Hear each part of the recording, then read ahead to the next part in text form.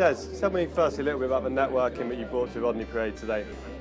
Yeah, it's something we've been doing now for a couple of years. It's partially to brand our company, help other businesses locally within South Wales, but also to help cancer charity. It's a networking event. Rather than first thing in the morning, it's in the afternoon and involve our passion, which is rugby as a business. And networking with a little bit of a difference today. You've had a tour of Rodney Parade before you sat down.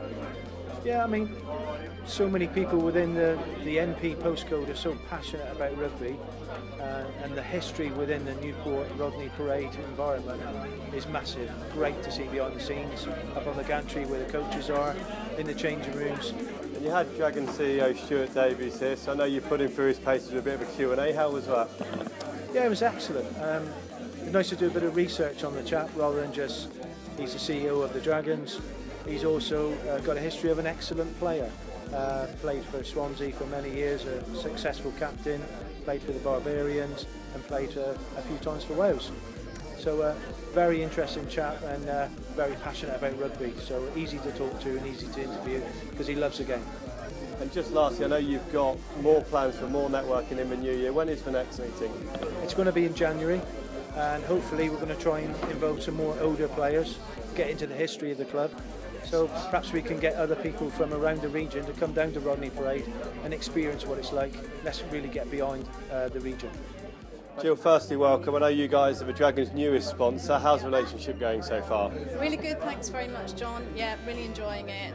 Natural Talent is sponsoring the back of the shorts, and we've had some really good coverage on Twitter and in the local press. There was an article in the Argus, and I've just been contacted by a lot of people that are really pleased about the partnership.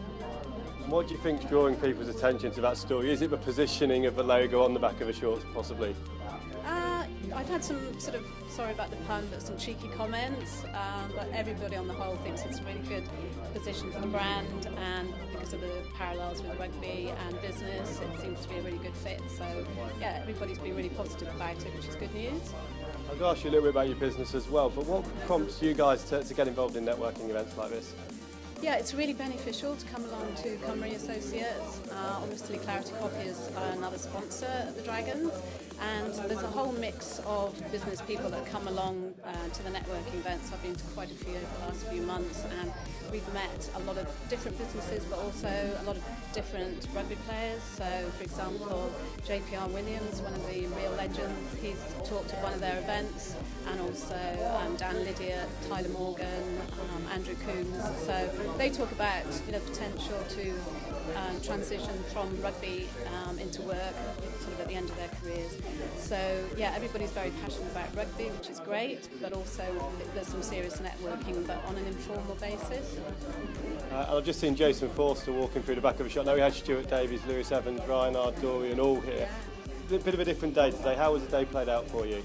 Really good, because there were a lot of real supporters like me, some really passionate fans who are also running their own businesses. So we got to go on a tour of Rodney Parade, which was a bit of an eye-opener for myself. We basically went up to the gantry to see where the TV crews actually film from and where the pundits sit and commentate on the game. So a brilliant view of the ground. That was the first thing. And then secondly, we actually had a tour of the changing rooms, and just mentioned Jason Forster. He was telling us some stories back in the day, I don't know, 20, 30 years ago when he was playing.